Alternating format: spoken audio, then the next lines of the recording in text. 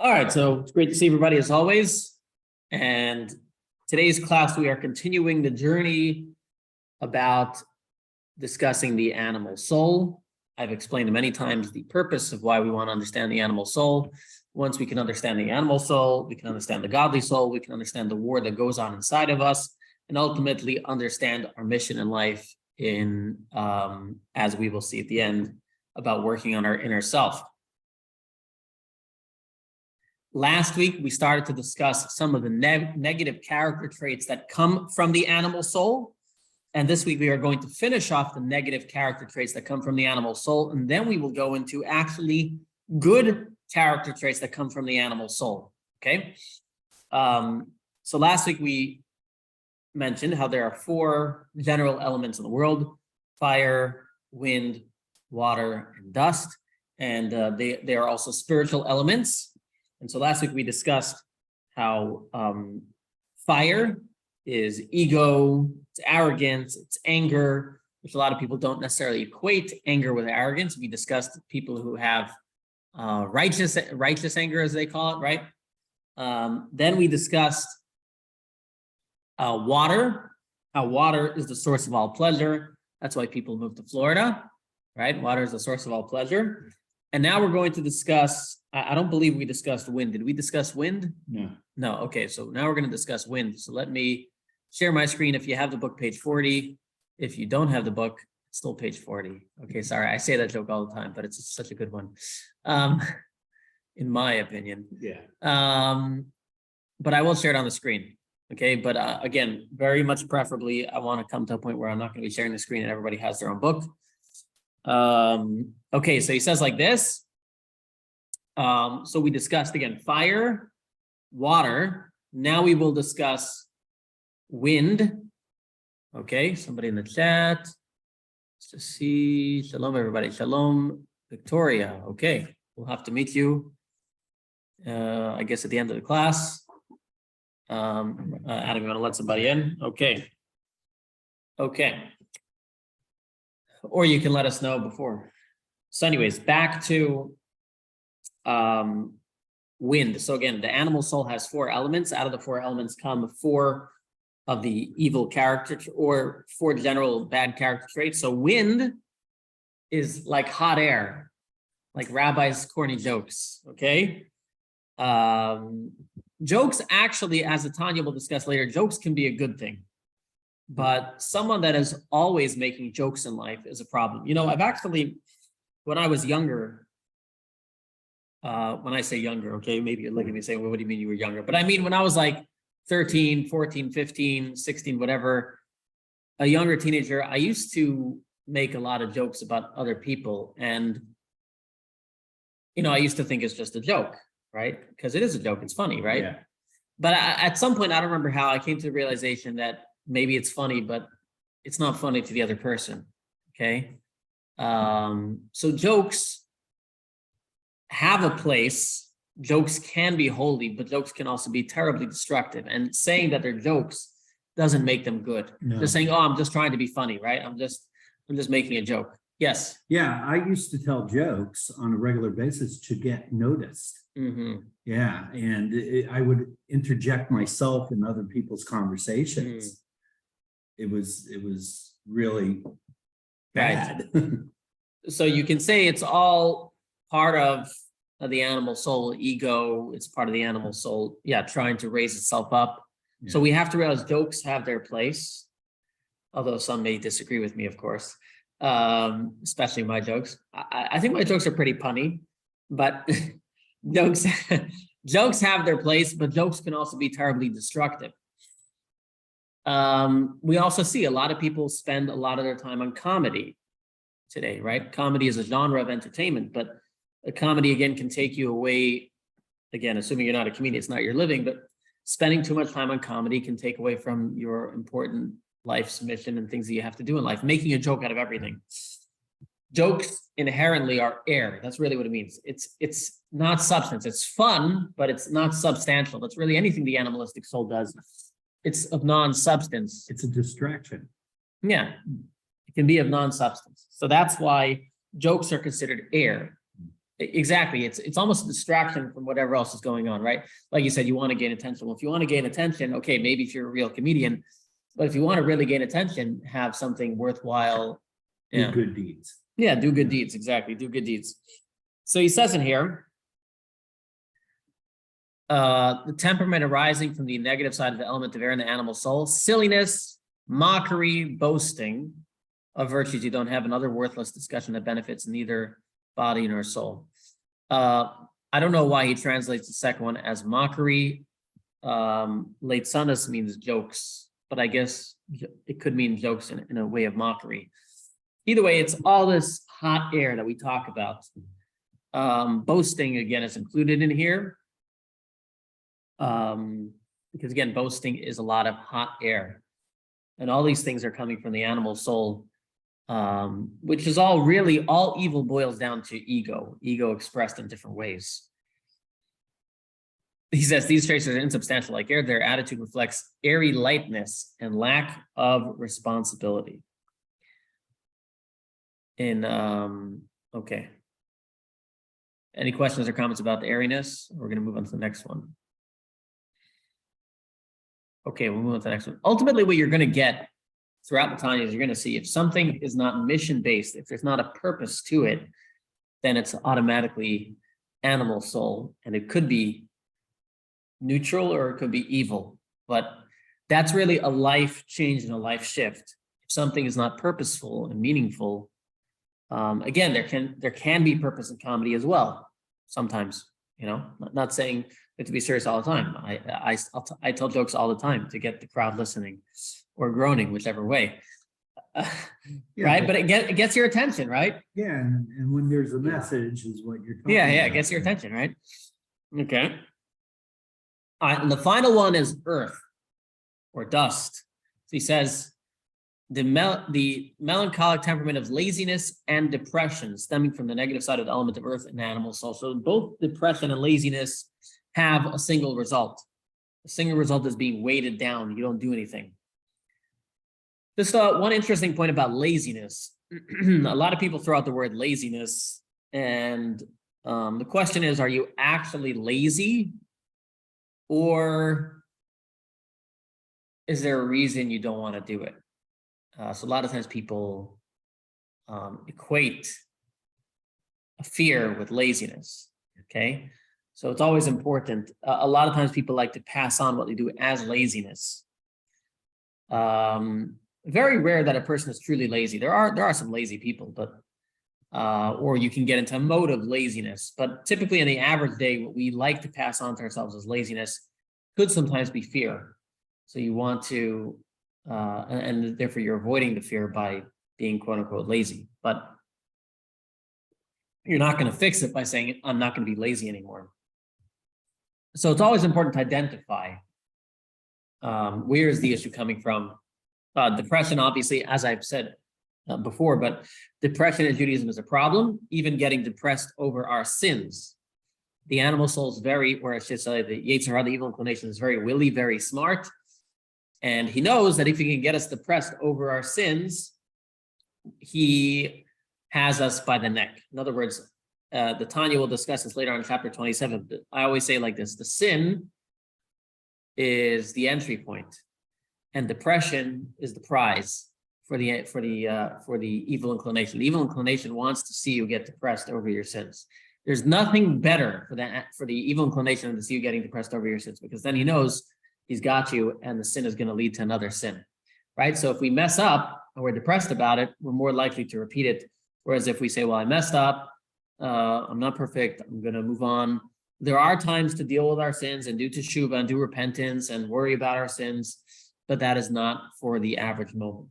That's for special moments. Yom Kippur, maybe at night, maybe during prayer, but not even during prayer. It depends what time during prayer, maybe during the Tachanun service, when you're banging on your chest and that stuff, but generally we don't focus on sins.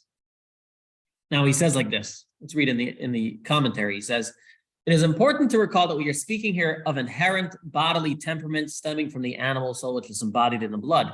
These are natural propensities with which you were born and which you will automatically default in the absence of enlightenment and spiritual work.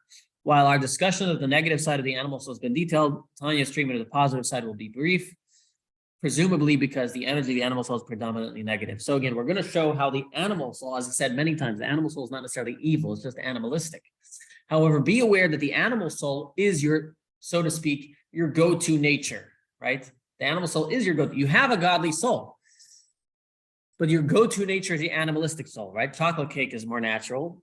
So what's natural is all of these temperaments that we discussed: anger and ego and wasting time and depression and depression. There's other ways, we beat ourselves up, all those different things. Those are the natural states. Unless we work on ourselves, that's where we're going to be drawn to. And so you have to be aware of that this is our natural state. And you have to be, quote unquote, enlightened. You have to learn about yourself to know that that's not where you want to go. Mm-hmm. Otherwise, as the saying in the business world goes, to be successful, you have to be intentional. And that definitely applies in spiritual work. If you are not intentional, you will not be successful. Okay, don't rely on your natural inherent goodness to come out. That's why it's so important in children's education. Children, if left to be uneducated in ethics, will not by their teachers and not by their parents, will not come to it by themselves. Okay, that's become a big problem today, where we have to teach ethics. It's not just about teaching kids information, it's about teaching them ethics. Obviously, there is a lot being done in that area, but it's just important to realize that information alone for a human being will be used by that human being for its natural temperaments, which are typically negative. All right. Now, we are going to move on to the next section of the chapter, the final section of the chapter, a section that some might call controversial, so I'm going to explain it to you, so hopefully you won't find it controversial.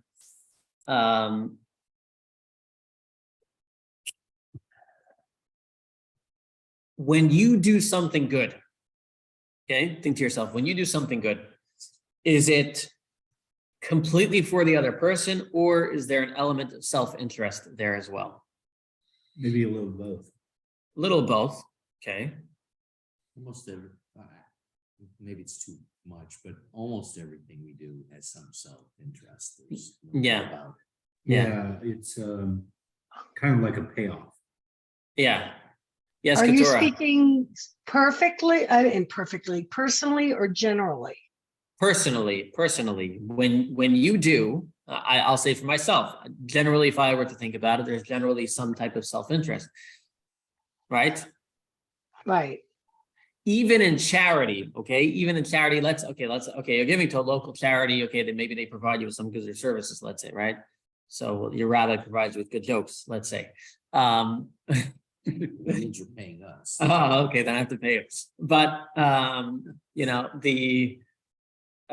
let's say even you're supporting somewhere else, you may have come to understand, sometimes it could be from a spiritual gain, you feel like that's your ticket to heaven, or you feel like it's an obligation, otherwise God will be upset. There's a lot of times some form of self-interest, or you want to feel good about yourself. Even at a more basic level, you get a tax deduction if it's a 501c3. So okay, people give the money if they weren't getting a tax deduction. Right. Or the answer is sometimes yes and sometimes no. Or a tax deduction. Here's an interesting, I'll tell you a story that will really bring this out. So, what was her name? I'll have to look here. The fourth Chabad Rebbe, his wife, was very kind, and one time she went out of her way, and she was told that there was a family in town that the children were very sick, and they needed a lot of help. And so she gathered money and food, and she brought it to them. And somebody came to tell her, you should know, I don't know what people are telling you, but it sounds like a fake story. Those children are healthy. And the tzaddikus, the righteous woman who gave the food and the money, says, I'm so happy to hear, I was so worried about those sick kids. I'm so happy to hear that they're not sick. Right? But that's okay, a total level of selflessness. And you might say, well, she's being hoodwinked and tricked, and how idiotic. But it's an interesting way of looking at it. In other words, all she cares is that people are happy and healthy. And so the person tricked her didn't bother her that much. She was more happy to hear that the person that tricked her was happy and healthy than caring about the money that she gave them. Okay. So typically, if you give money to somebody and they spit at you, or this ever happens to you, you give money to a beggar and they start complaining, oh, well, just $1, what do you feel, So even if you want to say it's completely, I'm not getting anything about it, nobody's seeing it, I'm giving them $1, there is a certain element of self-interest in everything that we do. Like you said, sometimes it's taxes. I'll tell you another great story. Just to feel good. Yeah, just to feel good about yourself. There's a great story. Mr. Sammy Rohr, who passed away a couple of years ago, but he's one of the greatest philanthropists for the Chabad organization. So back during the recession, when everybody was losing money, he was losing money as well. And the headquarters for Chabad, the fundraiser, by the way, you should know every Chabad is self-funded. Just he funded, larger projects. So anyway, so the main Chabad fundraiser, Rabbi Moshe Kotlarsky, did not approach this Mr. Sammy Rohr because he knew the downturn and he was afraid to approach him and ask him for money. So one day, Sammy Rohr calls Rabbi Kotlarsky and says, Rabbi Kotlarsky, how come you're not coming to fundraise for me? What's going on? He says, well, listen, I know your businesses are not doing so well. I didn't want to ask you now during a bad time. So Mr. Sammy Rohr answered, listen, to give charity in the good times is not a trick. To give charity in the bad times, that's really what it's about. Anybody can give charity when when everything's good. To give charity when things are not so good, that's really the idea. And so he actually gave a lot of money at that point in time as well. So again, pointing out self-interest plays a lot in all of our roles in life. Let me read here. It is an unwanted but maybe necessary incentive. Yes, I'll agree with that. You're saying it maybe we don't want, but the self-interest definitely helps charity happen. 100%. I'm not going to argue that. Correct. The self-interest helps charity in this world happen. Is possibly why God made it that way. Nevertheless, we have to come to the realization that there is an element of self-interest even when we do quote unquote kindness or charity. There's an element of self-interest. So here is what we're getting to. What we're getting to is that a Jewish soul, this is what the Tanya is going to tell us based on the Kabbalah, a Jewish soul has a natural leaning towards kindness, not out of self-interest. It is just a natural leaning of the animal soul. Just as there's a temperament in the animal soul to be lazy, there's also a natural temperament in the Jewish soul. And I'll get to Gentiles in a moment. There is a natural temperament in the Jewish soul to be kind and generous. You actually can see this in the world that Jews are very, very generous. Really, you go to hospitals, there's always Jewish names in them. And obviously you can point to their self-interest.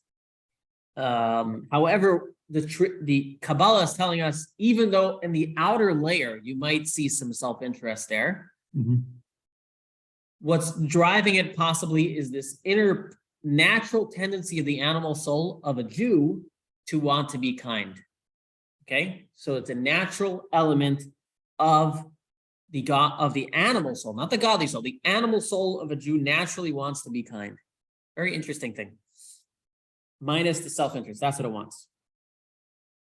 Think about it like this. Just like there are different animals out there in the world, right? Some animals are naturally very cruel. Some animals are naturally very kind. Our animalistic soul, a Jewish animal soul, is naturally very kind. On top of that, a Jewish animal soul has two other characteristics that are natural to it. Another natural characteristic of it is mercy. That's why Jews have such a hard time. Well, I don't want to say, well, again, it's natural characteristic. Doesn't mean you can't lose it, but it's a natural characteristic is mercy. And finally, Baishana, which means bashful people. So what we're trying to say is the animal soul, despite its bad natural tendencies, it does have three good natural tendencies of a Jewish godly soul. And that is kindness, mercy, and I think he writes in here, I don't know, what does he call the last one? Bashful? Is it humility? Is that what they mean by bashful? Like humility? Hasadim.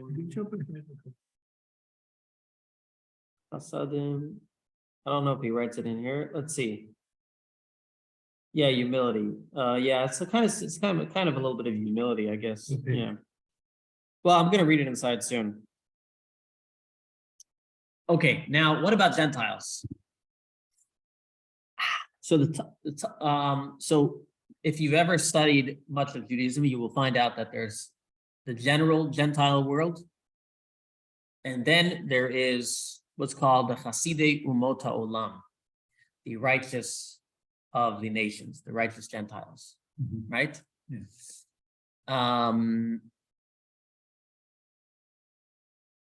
The Kabbalah says that a righteous Gentile can also have this natural tendency for kindness, okay?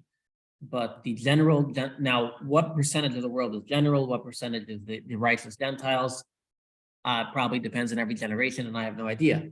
I couldn't tell you, I'm not a Kabbalist, I don't see the people's souls. But we do know in the Gentile world, there are these two types of souls.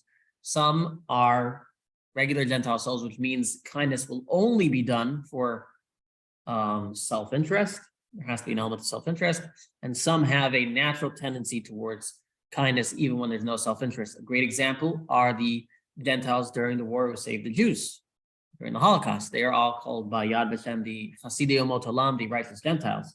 It's quite clear that they had not much to gain and everything to lose by saving the Jewish people. That, some of them actually even were sent, to the gas chambers themselves for trying to save Jewish people. Kabbalah actually, it's very fascinating. I was reading, if you have this book, also written by the same translators, Tanya, Turning Judaism Outward, he points to this book, if you turn to page 337, the Rebbe's outlook on Gentiles, very fascinating, about their purpose, their mission. So again, it's the book called Turning Judaism Outward. He references it here in the book, in the footnote. You go to page 336 and also read the footnotes. Very, very great write-up on how the Rebbe viewed the Gentile world. Obviously very complimentary, very, very fascinating. We obviously know Judaism in general, has a general difference than other religions in that we don't believe that other people have to convert to Judaism to get heaven. But the Rebbe takes it, many steps further about, their connection with God and, their role and where they will be when the Mashiach comes, and all very, very interesting stuff. So it's worth reading that section in the book. If you want, you can just borrow the book from me as well. Or you can buy the book, as it's a great book in general to have. Turning Judaism Outward. So back to our point. Back to our point here is that the animal soul of a Jew, and again, can apply to the righteous of the Gentiles, but the animal soul of the Jew, maybe on the outside we see self-interest, but what we're being told here based on the Kabbalah is that the natural instinct of the animal soul of a Jew is to do good. Okay, so let's read that inside. So it says like this. He says, but also positive temperaments with which the Talmud testifies all Israel are naturally born, such as compassion and generosity, stem from the animal soul. The Sharei HaKedusha states that the good side of the animal soul's four elements mirror their bad side precisely. In place of arrogance and anger, the good side of your animal soul's fire draws you to humility, leading you not to take things personally and getting angry. So I guess that's bashfulness, or I guess humility. Rather than seeking pleasure, the good side of water despises bodily excess. Oh no, this is talking about the godly soul, I guess. The good side of air, instead of inspiring worthless talk, leads you to impeccable with your words. And the good side of, let me see, good side of, okay, I'm not sure what he's going on with this. The good side of earth in the animal soul encourages you to rejoice out of the conviction that every occurrence is orchestrated by God for the best. As we've learned, the mixture of good and bad in the animal soul resulted from the sin of tree of knowledge, which caused such a mixing to occur. All the physical words of Tanya now examine this point further. So, okay, not to get lost. I think he was getting us lost there with his text over there, the commentary. The animal soul has good in it. Now he's going to explain Kabbalistically, why does the animal soul have good tendencies in it? And he explains. Because in the case of the Israelites, this animal soul of klipa is a derivative called klipas noga, bright klipa, which contains some easily accessible sparks of good too. This mixing of good sparks resulting from the secrets of the biblical tree of knowledge of good and evil. So you want to know what the heck is he saying? Well, let's take a look. First, we have to define what is klipa. So again, he's explaining Kabbalistically, why does the animal soul have good in it? And he explained to us something about the tree of knowledge. So let's first understand the word klipa. The Zohar refers to 4 derivatives of klipa alluded to by a verse in Ezekiel. It says a stormy wind, a great cloud, flashing fire, and a brightness. So from the word from Ezekiel. So the Zohar takes from these verses in Ezekiel, and it says, as we will soon see, the first 3 of these klipos are completely negative and impure. So klipa, again, as we said earlier, means a shell. Shell means it hides over the goodness, hides over the godly spark that's within it. So klipa is generally not good. Within klipa, though, there are what are called the 3 levels of bad klipa, and then there's one neutral level. Okay, so the 3 levels of bad are a stormy wind, a great cloud of flashing fire, what we generally call shalosh klipot hatameot, the 3 impure klipot, the 3 impure shells. Concerning the 4th derivative, brightness, the Zohar explains, even though this side is nothing but the side of impurity, there is brightness around it, and man does not have to drive it away. There is no need to treat it with disdain. That's the Zohar. The 4th klipos noga is predominantly negative, egocentric energy like the other 3 klipos, and is nothing but the side of impurity. But on the other hand, its brightness indicates a spark of holiness lying just below the surface, which could be redeemed under the right circumstances. We will discuss this at length later on in chapter 7. Just to give an example from what Tanya will say later. So for example, non-kosher food for a Jew would be considered one of the 3 negative character traits. One of the 3 completely impure klipot, which means it can never be elevated. What does it mean it can never be elevated? You cannot eat pork and then say, with the energy of the pork that I ate, I'm going to daven and elevate the pig. Doesn't work, okay? However, let's say you ate chocolate babka, completely not thinking about your mission, just thinking about the deliciousness of it. But then you went and prayed with the energy of the babka, or you were sitting in a class, use that energy. Then there is a possibility to elevate it because it's not completely impure. It's what we might call borderline. It's not bad. It's not good. You might almost call it neutral, but as we've said the entire time, neutral, unless you bring it to good, it remains bad. That's really the point of the Tanya. So even something that's neutral, like a kosher piece of cake, unless you bring it to the good, it stays bad. Because unless something is godly, then it's not godly. And if it's not godly, then it's not good. So that piece of cake that you eat, and if you ate it just for pleasure and didn't do anything good with that energy, so it's remained in a negative place because it never was elevated to become something godly. So our soul, our animal soul, is what's called klipas noga. It's that in-between energy. It's not necessarily bad, as I said earlier, it's an animal. Animals are animals. However, yes, I will post on YouTube. Also, if you can send me an email, because I don't know if I know you. Maybe I do. My memory is not what it used to be. Right? No? Oh my God, you're too young to say that. Stop. No,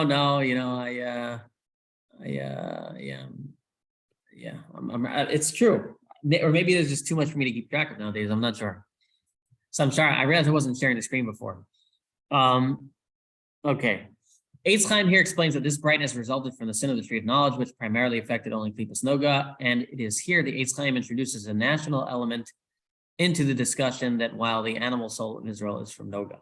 Okay. So, but let's pause for a moment. So far, I hope we understand. You have to understand there is what's called the 3 impure elements, which can never be elevated. And then there's the intermediate. Intermediate, though, remains evil unless it's good. And that's really what the whole animal soul is about. The animal soul, as I've said many times, it's not evil. It's just self-interested, totally self-interested. Self-interest can be brought to a good place of self-interest. That's really the major difference between the animal soul and the godly soul. Even the animal soul's kindness is not necessarily mission-based. It's just its natural tendency. The godly soul will do kindness because that's what it wants to do, because it's completely mission-based.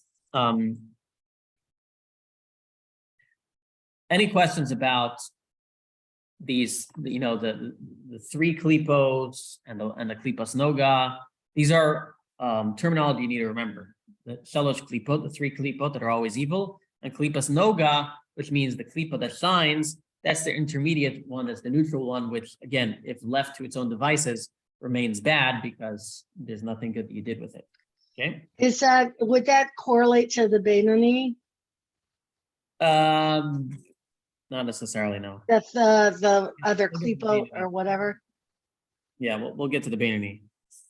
What I do want to point out also is he mentioned that the middle klipa, the one that's the shining one, is like the tree of good and bad. The tree of good and bad means that there was a mixture. It means that there was a mixture. It says that when Adam and Eve ate from the tree of knowledge, good got mixed into bad and everything in this world. That's really what this world is. Everything is a mixture of good and bad. So just doesn't want to get Kabbalistic. Okay. So now let's read what he says about, actually, before I do that, let me go back a second. He had a nice little lesson. A nice little lesson over here. So let's read his lesson on the bottom of page 41, the Hasidic thought. If only the Zoom thing would go up. Oh, what Zoom is playing out over here. Oh, there. Okay. Okay, Hasidic thought. I possess two sorts of consciousness, two ways of interpreting the meaning of reality. My animal soul conceives the world purely in terms of sensory perception, the visual and empirical. Since my five senses cannot directly experience the spiritual or the divine, my animal soul mistakenly views itself as possessing independent existence from God, has a self-centered orientation. So again, the animal soul is all self-focused, what it can see, what it can touch, literally an animal. My second divine soul interprets the world through more abstract lens of contemplation. It attempts to discern the truth of things beyond their deceptive appearance, believing that the direct experience of sense is short-sighted. Its natural tendency is to be drawn to its source. The task of my divine soul is to enlighten my animal soul about its erroneous perception and teach it the truth beyond its limited sensory faculties. So the point is that the animal soul can be taught. It's just natural for the animal soul to gravitate to that which is natural. You know, there's a reason I say people are running to get to the football game early and they're not running to get to shul early. Okay, it's just the natural gravitation of our souls, right? You know, how often do we hear people screaming and crying when there's a class canceled? But if a sports game is canceled, it's the worst thing, right? Or any, again, you can compare it to anything else in life that you like. That when the physical thing is canceled, it's a big cry, a big shout out. When the spiritual one is canceled, it's not the same. Because again, that's our animal soul. The animal soul gravitates to things that it can see, its perception within its line of sight. And our purpose is not to ignore the animal soul. As we've seen, the animal soul is not necessarily evil. That's expressed in the fact that it can do good. However, it has an automatic gravitation to bad, and we need to direct it. Okay, now he says like here, the Eitz Chaim will tell us about, so again, the Jewish animal soul has some natural good in it. Let's read what he says. It is not the case with the souls of the evil nations of the world. Now, the commentary here added the word evil. It doesn't actually say evil. He's adding that in there because, as I said earlier, and Tanya's not getting deeply into it, but as I said earlier, is what's called the righteous of the nations of the world. And so he's writing in the commentary, adding the word evil to differentiate between the righteous nations of the world, to which the following statement will not apply. So anyways, he says like this: what about the nations of the world, which, as stated in Eitz Chaim, section 49, chapter 3, stem from the other three impure klipos that are devoid of any overt good?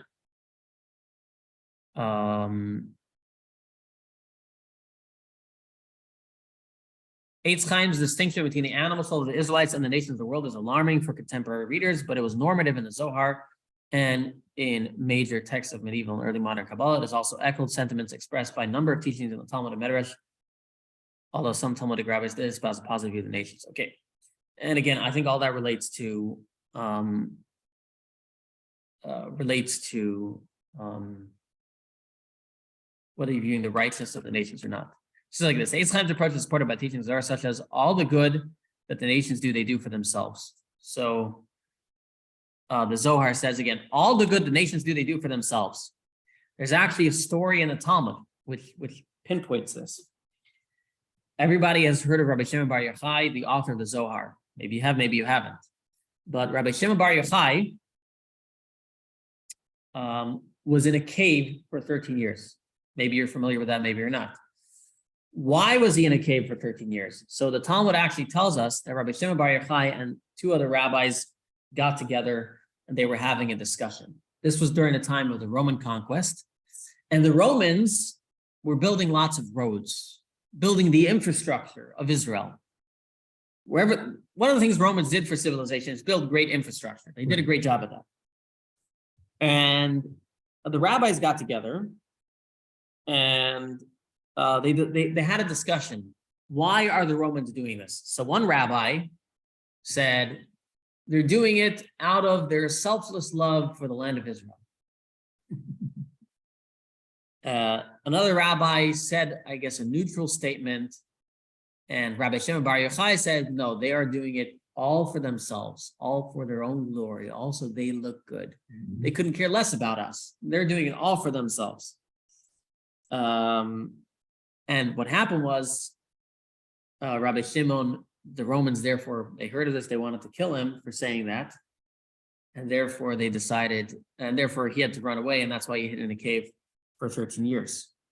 Now, let me ask you a question. If the Romans were really doing it for the Jewish people's sake, not for their own glory, then what do they care if Rabbi Shimon Bar Yochai says, no, they're doing it for their own sake? If they only care about the Jews, as if it was a selfless act, let the guy say what he wants to say, If you love the Jews, you're not going to kill somebody for saying something negative. But no, obviously, they made it quite clear, their intentions, that they don't want anybody talking negatively about them because it has nothing to do with the people that they're serving. It has to do with themselves. Yeah. It's the government, right? Government, the Roman government. So this is a great example. All the good the nations do, they do for themselves, right? The Romans were doing it. They were doing it for themselves. Maybe it benefited. Many people want to claim the same thing about politicians. Politicians are only helping us. I'm not going to weigh in. I'm sure there are some politicians that are good, just like the nations of the world, right? There's the righteous politicians and the rest of the politicians, right?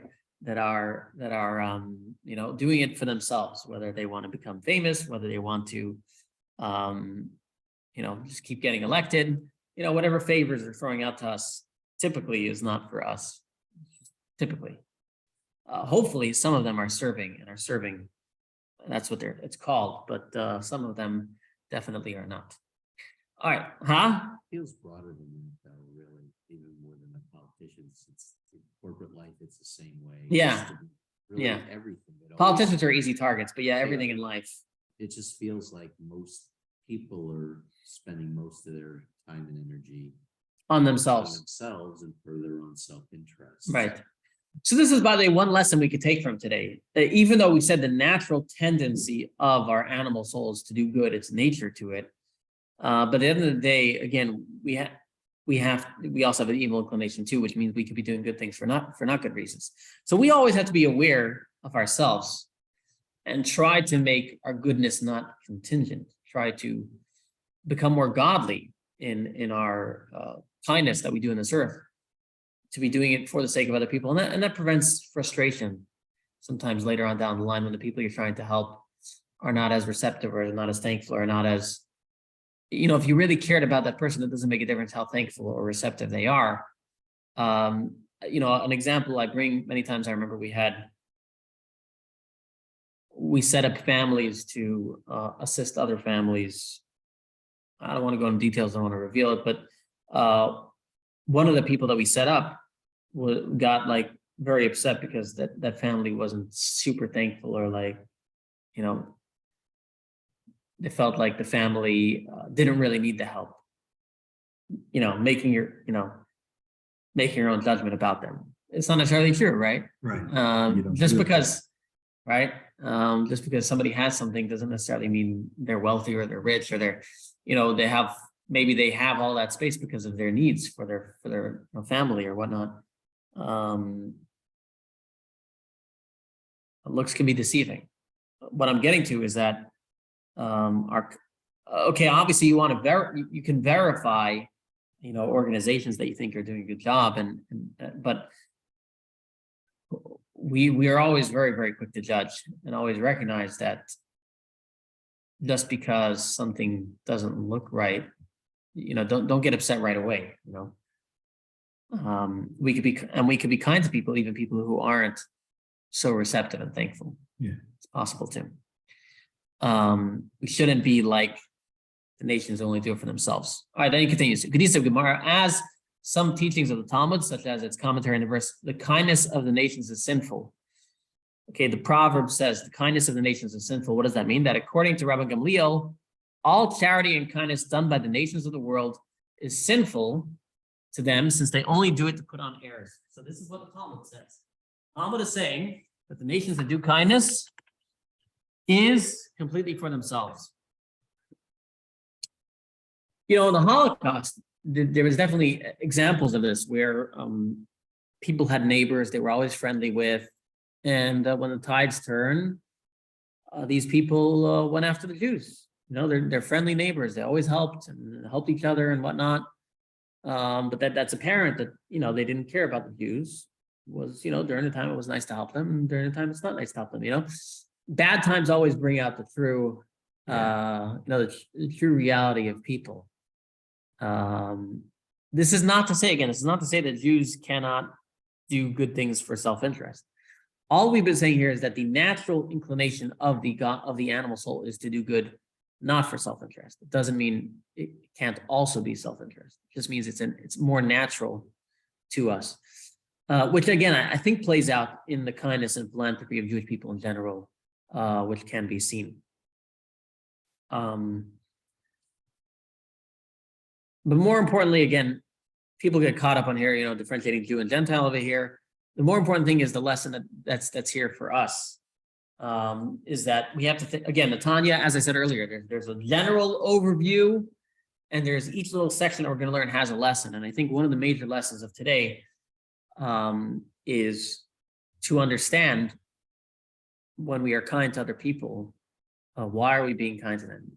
Is it self-interest? Is it, and try to do things less out of self-interest. It's very hard, very, very hard.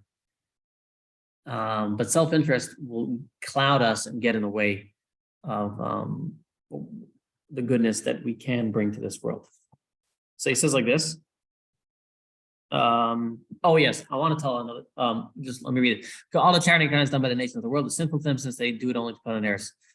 While this sharp national distinction does surface again, the thrust of the Tanya is not natural but psychological. Therefore, the question of how the modern reader might. Okay, anyways, not important. I don't know why I think he's being too apologetic over there. I think the Tanya here is a pretty simple point. And again, there's a distinction between the Chasidi Omot Olam, the righteous Gentiles, and the non-righteous Gentiles.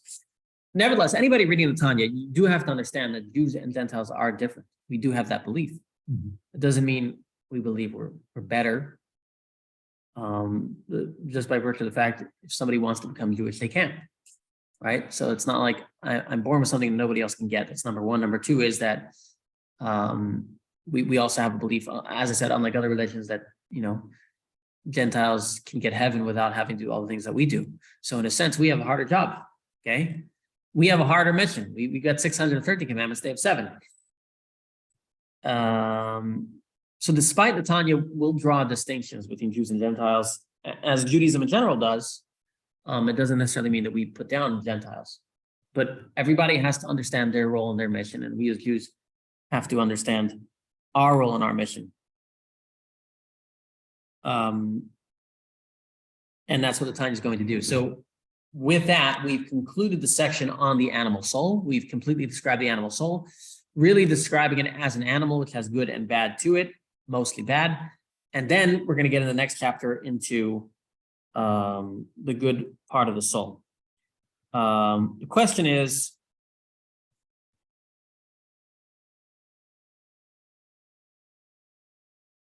Sorry, let me tell one more story about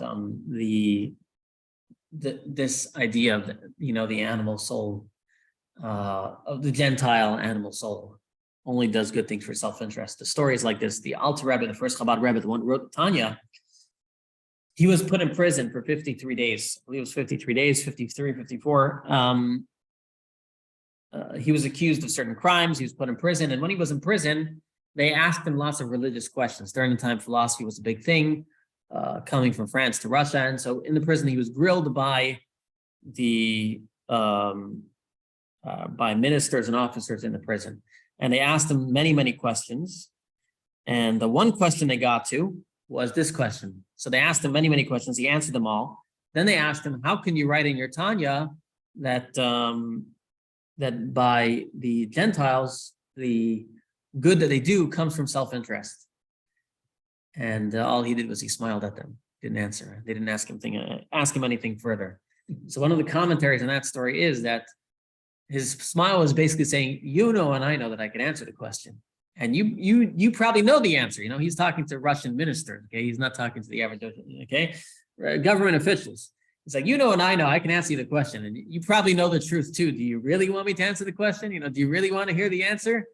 And they didn't bug him any further because they themselves knew the truth. Well, kind of asking the question is an answer. Yeah. You know, you're kind of like answering it yourself. Right. Something interesting I would say is that really, honestly, anybody who's bothered by this, like, honestly, this is how I started the class. Like, really, to me, this is more of a belief thing. Because if you ask me, I think pretty much every good that I do has self-interest in it too. So it's more of a belief that deep down my animal soul has a natural inclination towards good. Because in the external surface, to me, it seems that there's a lot of self-interest involved too. Yeah. So to me, it's almost a belief, but I think you ask most people and they'll say, yeah, there's self-interest in most of what I do, you know? Yeah. So I see this, a lot of the human life. Yeah, I think the self-interest is like the inability to let something be. Mm-hmm. Right? Like if you have to hang on to it, then there's an interest there, a self-interest. Yeah. Yeah. All right. So ultimately, what are we getting to? Why do we need to know about the godly soul and animal soul so deeply? And the answer is because when we have a dilemma in life, we have to be able to identify who are the voices in this dilemma. Is it my godly soul? Is it my animal soul? Sometimes the answer is also, as part of your animal soul, some psychological trauma that you have. Okay, I'm not minimizing trauma. That's why I said earlier, like sometimes people say they're lazy, it's really fear. You have to be aware. Sometimes people read the Tanya, like, well, I'll just read the Tanya, I don't have to go to a therapist anymore. Well, you can also mess up your psyche too, right? Through life, through trauma. And sometimes, Tanya does not believe you don't have to go to therapist necessarily if you need it. That's not what it's saying. But it's saying, this is written, quote unquote, if you want to say the Tanya is written for a healthy person, with a healthy psyche. If you have an issue, you go to a doctor, okay? You have a medical, physical ailment, you go to a doctor. You have an issue of trauma, you go to a doctor as well. So if somebody is having issues with fears, if it's beyond, so to speak, natural and normal, then maybe you need to get professional help. That's something I always like to reiterate, because unfortunately, a lot of, people learn the Tanya and think, they could just, and then they wonder why it doesn't work. And sometimes that's really what it is. Again, it's written for the healthy mind. At least that's my take on it. That's my take on it. Probably if you grew up every moment of your life and the people around you grew up living the Tanya lifestyle, you'd probably be healthy. Everybody would be healthy and nobody would have any trauma if everybody lived according to the ideals of Tanya. But if the people who raised you or teachers or other people, there may be elements in your life that you have to clear out in order to fully live in line with the Tanya. So that's just something to be aware of. Sometimes if you're stuck, maybe you need to go to a rabbi, maybe the rabbi will tell you need some other type of help. Which I had another point on that. It's similar actually what Maimonides writes. Maimonides has a very interesting diet. He writes about this diet. He has a diet. He says, this diet will keep you healthy, right? and you'll never go sick. You'll never need to go to doctor. But then he gives a qualifier. He says, but this diet will only keep you healthy forever if you always ate my diet. But if as a child you started off eating the wrong foods, well, now you're messed up and maybe this diet won't work for you anymore. You first need to fix yourself or something, you know? So similarly over here, I'm not saying Tanya won't work for you, but sometimes you need to fix certain elements in order for the Tanya to work for you. But again, ultimately the point of Tanya is where's the voice coming from? Identify it, and then you can make the right decision. And if you keep seeing, you identify a voice, and if you have really good awareness and you realize there's a real issue here that's beyond just godly or not godly, beyond animal or godly soul, then you need to deal with that as well, on top of studying the Tanya. So I'll get to you in one moment. There's one important thing that I want to differentiate is really a big difference between Tanya and let's say therapy. Therapy is almost really just there to help. Therapy is not moral or not moral. Therapy is really to help you do what you want to do. So if you walk into a therapist, they'll help you reach whatever you want to get to. I give this great story from Rabbi Taub. He tells a story. A guy walks into a bar and he gets to the front. He says, I'd like to order whiskey. So the bartender gives him the whiskey, takes a cup of whiskey, throws it in the bartender's face. The bartender says, get out of here. Don't ever come again. The guy comes the next day. He says, I'm sorry. I really didn't mean to throw it in your face. I just had a really bad day. Please pour me a glass of whiskey. So he gives him reluctantly a glass of whiskey. He throws it in his face. He says, don't ever come back here again. The bartender says, don't ever come back here again. A year later, the same guy walks in. The bartender recognizes him right away. And he says, didn't I tell you not to come back? He says, listen, I'm a changed person. I went to therapy for a year. Please just give me a glass of whiskey. So he gives him a glass of whiskey, takes the glass of whiskey, throws it in his face. The bartender's eyes are burning. He's looking at the guy, says, I don't understand. You said you went to therapy for a year. He says, yes. This is what happened. I went to therapy for a year. I used to feel bad about what I did to you. Now I don't anymore. So the point is that therapy is not necessarily moral. It'll lead you to where you want to go. The Tanya tells you where you're trying to get to. Therapy or any of these self-help books that people might read, psychology, might be aids that you might need to help lead you along this path that the Tanya is telling you this is your path where you need to go. So the Tanya is giving you the path, and if you're having trouble along the path, you can go get help. But it's just remember the Tanya is telling you the path in life that you're going to try and take. And so to have that, we need awareness, and that's why we start out speaking about the animal soul. Next week we'll get to the godly soul. And again, we had our lesson for the week about kindness and self-interest. We have a better understanding of the animal soul. You have a better understanding of what Tanya is trying to bring us, awareness. And yes, Keturah. Keturah? Yeah, I'm here.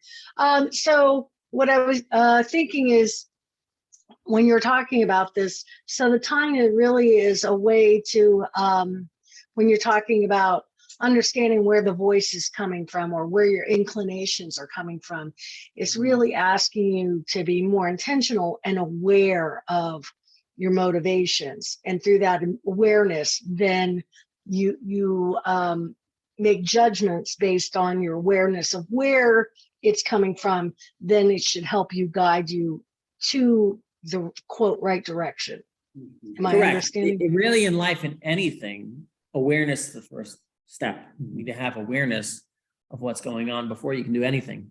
That's at the beginning of the Tanya. We haven't even gotten to what we need to do. We're just getting awareness. And so the first many chapters of the Tanya is awareness. And then we'll get to, with this awareness, what do we do? Yes.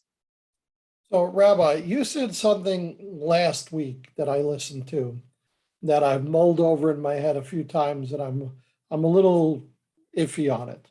So you said, someone mentioned that you should strive to be a tzaddik, and you said no, being a tzaddik is a gift from God, and that we should just be who we are and do this and do that. Well, my thought is this. I agree with that in a way, but I agree with that is how are you going to get this gift from God if you don't strive to be a tzaddik? So that to me, it's like, oh, God's going to give me a gift because I'm a Beinoni? No, he's not, I'm a good Beinoni. Right. Okay. So first, as I said, the beginning is awareness. So we have to have awareness. What is a tzaddik? Right. Then we can have a discussion. So what I was telling you is based on what it says later in the Tanya. And I guess maybe we'll wait till we get there. if you really- you're gonna keep me hanging. It'll be a while, yeah, but yeah, I think what you could say though is that the status of a Beinoni is not, even though it's considered an intermediate, it's not something that is Inferior. normally attainable or easily attainable. So even reaching the level of a Beinoni would be a tremendous achievement for anybody to do. yeah. So the idea of reaching Yeah, well, the I level would of say, tzaddik is yet once we get an awareness of what a Beinoni is, people will give up on the tzaddik part. Exactly. Oh, right, exactly. Well, that's a Beinoni, not even a tzaddik. Oh, right, forget about it. Right. If someone really, if at the end you really have hope of becoming a tzaddik, I mean, look, go for it, man. So what you're saying is we should strive to be a Beinoni. Yeah, Yes, ultimately, when we yes. explain what a Beinoni is, you will see that we're going to strive to be a Beinoni. That's correct. And to be a Beinoni is really hard. It's extraordinarily hard. Yeah. I don't want to say impossible because it's possible, but it's very hard. Yeah. There you go. If you want to read ahead, if you get the book, Yeah. I think chapter 12 is about the Beinoni. Let's see. Actually, they have in the front. They tell you the front of the book. So it says chapter 12 is the in-betweener, the Beinoni, and chapter 10 is about the tzaddik. So if you want to read what a tzaddik is, that's chapter 10. Chapter 12 is the in-betweener. So Anyways. the first meeting Just you one second. I'm said, just gonna stop the recording. Yeah.